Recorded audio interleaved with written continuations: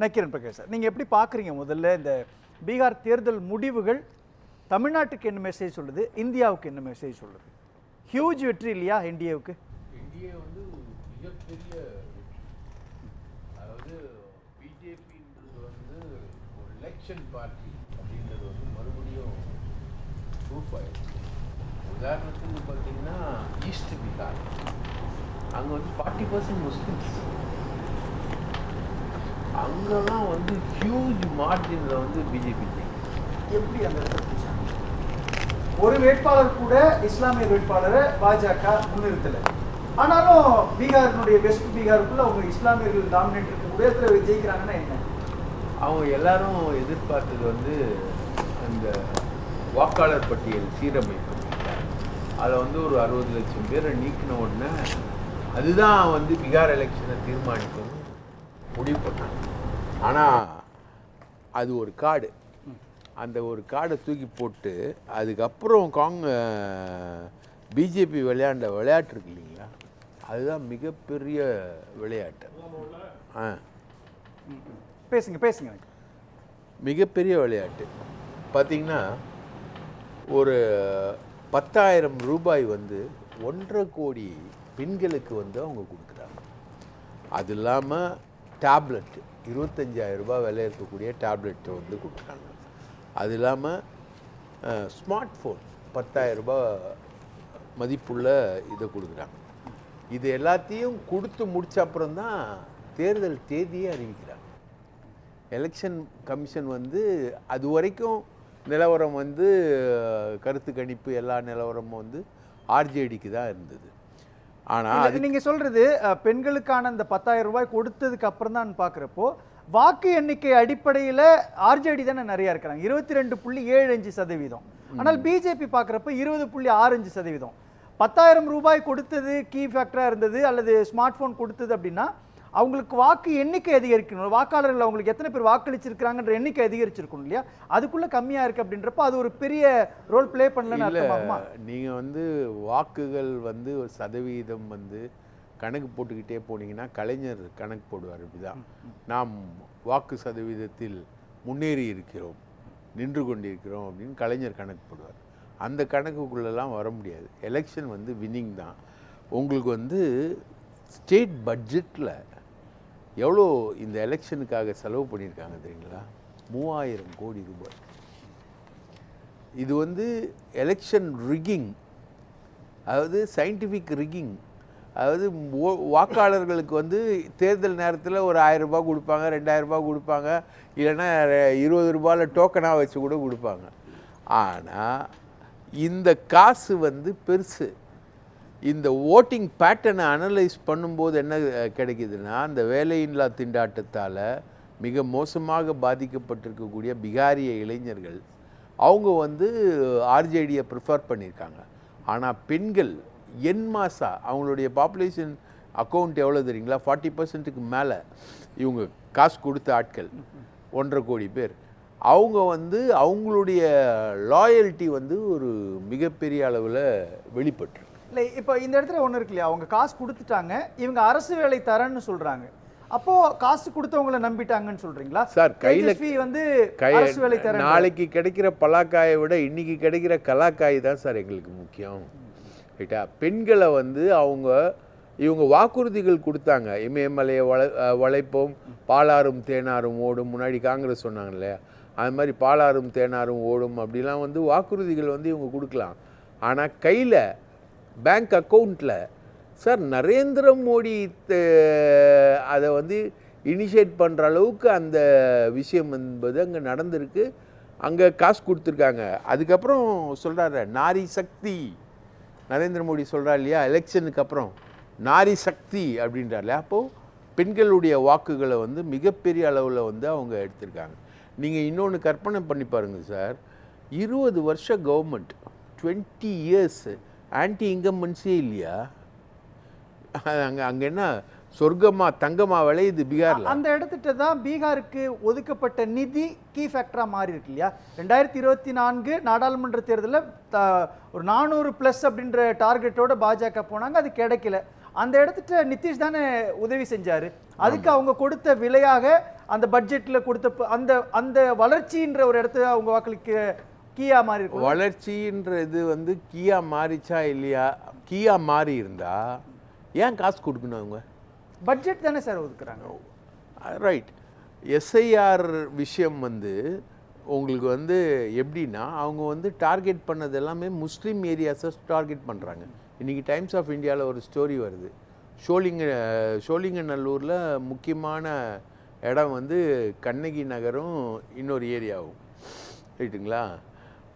அந்த ஏரியாவில் வாக்கு வந்து இல்லை, எஸ்ஐஆர் ஃபார்ம்ஸ் வந்து சரியாக டிஸ்ட்ரிபியூட் ஆகலை அப்படின்றாங்க.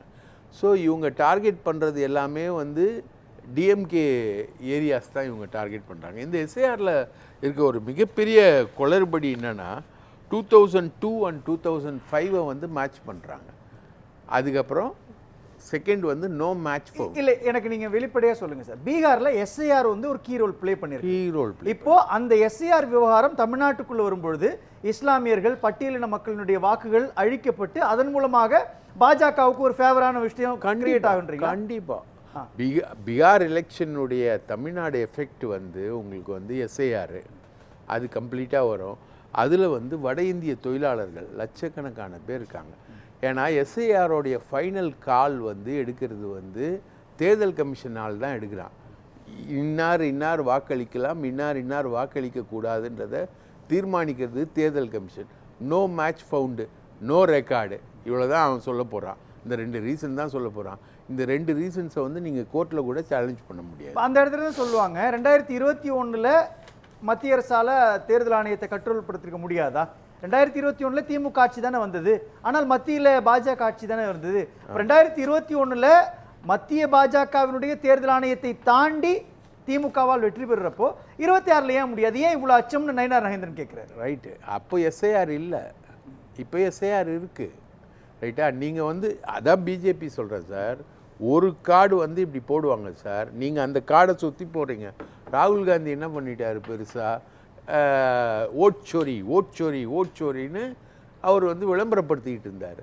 ஜனங்க வந்து திருடன்னு கத்துறவனை வந்து விரும்புறதில்ல, திருடனை பிடிக்கணும்ல, திருடனை பிடிக்கிறவனை தான் வந்து ஜனங்க விரும்பும். ஹீரோயிசம் வந்து அந்த லெவல் தான். ஸோ இவங்க வெறுமனே கத்துனாங்க. அதே மாதிரி காங்கிரஸ் பண்ண கூத்து கொஞ்சம் நஞ்செல்லாம் கிடையாது. இல்லை சார், எனக்கு புரியுது. ஆனால் நீங்கள் வந்து காங்கிரஸ் வகுத்த தவறான சில வியூகங்கள் இருக்குல்ல, போட்டி வேட்பாளரை ஆர்ஜேடிக்கு எதிராகவே களத்தில் இறக்குனது அப்படின்றது ஒன்று, கடைசி நேரம் வரை யார் முதலமைச்சர் வேட்பாளர் அப்படின்னு அறிவிக்காமல் இருக்கிறது ஒன்று, மூன்றாவது ஆம் ஆத்மி தன்னுடைய கட்டுப்பாட்டுக்குள்ளே வச்சுக்காம அவங்களுக்கு உரிய இடம் கொடுக்காம அவங்க வெளியேற்றினது இருக்கு இல்லையா? ஒரு இன்டாக்ட் கூட்டணியை கட்டமைக்க மறந்ததனுடைய விளைவுகள் தானே பீகாருக்குள்ளே இருக்குது. இனி தமிழ்நாட்டில் காங்கிரஸ் என்ன கட்சி? தமிழ்நாட்டில் 10 எம்பி வந்து காங்கிரஸுக்கு கொடுத்தது யார்? திமுக. ராகுல் காந்தி பிரைம் மினிஸ்டர்னு சொல்லிட்டு போன தேர்தலில் இந்தியா கூட்டணி பிரைம் மினிஸ்டர்னு சொன்னாங்க. அதுக்கு முன்னாடியே ராகுல் காந்தி பிரைம் மினிஸ்டர்னு ஓப்பனாக டிக்ளேர் பண்ணது யார்? ஸ்டாலின். 10 எம்பி சீட்டு கொடுத்துருக்காங்க, இவ்வளோ எம்எல்ஏ சீட்டுகள் கொடுத்துருக்காங்க, இவ்வளோ மாநகராட்சி உட்பட கொடுத்துருக்காங்க. இதெல்லாத்தையும் மாற்றிட்டு இன்றைக்கி காங்கிரஸ் பண்ணுறது என்ன? தமிழ்நாட்டில் அவங்க வந்து விஜயோட கூட்டணிக்கு போகிறேன் அப்படின்றத வந்து பரப்பிக்கிட்டு இருக்காங்க. அது உண்மையா? அது இப்போ இல்லை, உண்மை இல்லை. நான் என்ன கேட்குறேன்னா, இப்போ பீகாருடைய எலெக்ஷனோட ரிசல்ட்டு அந்த இடத்த என்ன பண்ணி வச்சிருக்குது இப்போ? ஏன்னா அவங்க 2 விஷயத்தை திரும்ப சொல்லிக்கிட்டு இருந்தாங்க. ஒன்று, ஆட்சி அதிகாரத்தில் பங்கு அப்படின்றது கடந்த காலங்களில் எப்பொழுதுமே காங்கிரஸ் வெளிப்படையாக பேசாத அல்லது காங்கிரஸ் சார்பாக பேசப்படாத ஒன்றா இருக்கிறப்போ அதை திரும்ப வச்சாங்க. தாவேகா கூட கூட்டணி அப்படின்ற ஒரு மூவ் பண்ணாங்க இல்லையா? பீகார் எலெக்ஷன் இது எல்லாத்துக்கும் முடிவுரை வழங்கிடுச்சா? இந்த இடத்துல காங்கிரஸை திமுக எப்படி பார்க்கும்? அதாவது காங்கிரஸ் வந்து ஒரு ஸ்பெண்ட் ஃபோர்ஸு, வீக்கெண்டு ஃபோர்ஸு.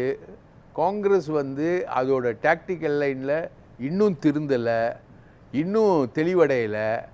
அவங்க பண்ண பீகாரில் பண்ண குழப்பங்கள் வந்து இந்தியா கூட்டணியுடைய ஃபார்மேஷன் உட்பட அது டெல்லியில் ஆம் ஆத்மியோட நடந்த சண்டையை கூட வச்சுக்கலாம். அப்படி காங்கிரஸோட டாக்டிக்கல் லைன்லாம் அவுடேட்டடு, ரைட்டுங்களா? பிஜேபியோட டாக்டிக்கல் லைன்லாம் அப்டேட்டடு. அவங்க வந்து எலெக்ஷனாக பார்க்குறாங்க. இவங்க வந்து எலெக்ஷனை வேற விதமாக பார்க்குறாங்க. ரொம்ப ரொம்ப நெருக்கமா சொல்லுங்களேன். அவங்க எப்படி பார்த்தாங்க, இவங்க எப்படி பார்த்தாங்க? அவங்க காசு கொடுத்துட்டாங்க, இவங்க காசு கொடுக்காம விமர்சனம் மட்டும் பண்றாங்க. அப்படி விமர்சனம் மட்டும்தான் என்ன அந்த இடம் விளங்கலையே.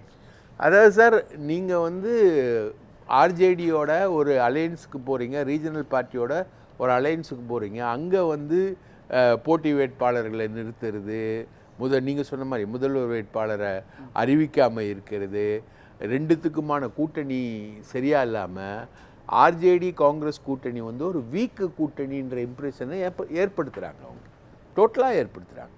ஸோ வெரஸ் வந்து இங்கே அவங்க different card, SIR card, women காசு கொடுத்து அவங்கள இது பண்ணக்கூடிய கார்டு, அது இல்லாமல் இந்த கேஸ்ட் இருக்கு இல்லைங்களா, திடீர்னு போய் கற்பூரி தாக்கூர் வந்து மிக சிறந்த ஆளுன்றாரு மோடி.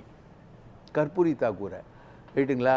நீங்கள் வந்து லாலு வந்து தமிழ்நாட்டில் பீகாரிகள் தாக்கப்படுறாங்கன்றது கூட முன் வச்சாங்களே, திமுகவினர் தாக்குறாங்கன்ற ஒரு விஷயம் முன் வச்சாங்க. பிரதமரே பேசுகிறார். அந்த தமிழ்நாட்டில் நீங்கள் பார்த்தீங்கன்னா பாமகவை விட ஒரு 10 மடங்கு பாமக லாலு கட்சி. ஆர்ம்ஸு அம்யூனிஷனோட தான் உட்காருவாங்க அவங்க ரைட்டுங்களா. அந்த மாதிரி ஒரு கட்சி லாலு கட்சி. லாலுவோட ஓட்டு, யாதவ் ஓட்டு அங்கே போகும்னு தெரியும், இஸ்லாமியர்கள் ஓட்டு அங்கே போகும்னு தெரியும். அப்போது இந்த கேஸ்ட் இன்ஜினியரிங்கில் இருக்கக்கூடிய லோவர் கேஸ்டெல்லாம் திரட்டுறது மைக்ரோஸ்கோப்பிக் இல்லைங்க, அதை விட கீழே மைக்ரோஸ்கோப்பிக் எலெக்ஷன் மேனேஜ்மெண்ட் வந்து பிஜேபியோடது. அந்த அளவுக்கு இவங்க இல்லை ரைட்டுங்களா. அந்த அளவுக்கு இல்லைன்னும் போது யார் ஜெயிப்பா? வெல்பவர்கள் இவங்க தான்.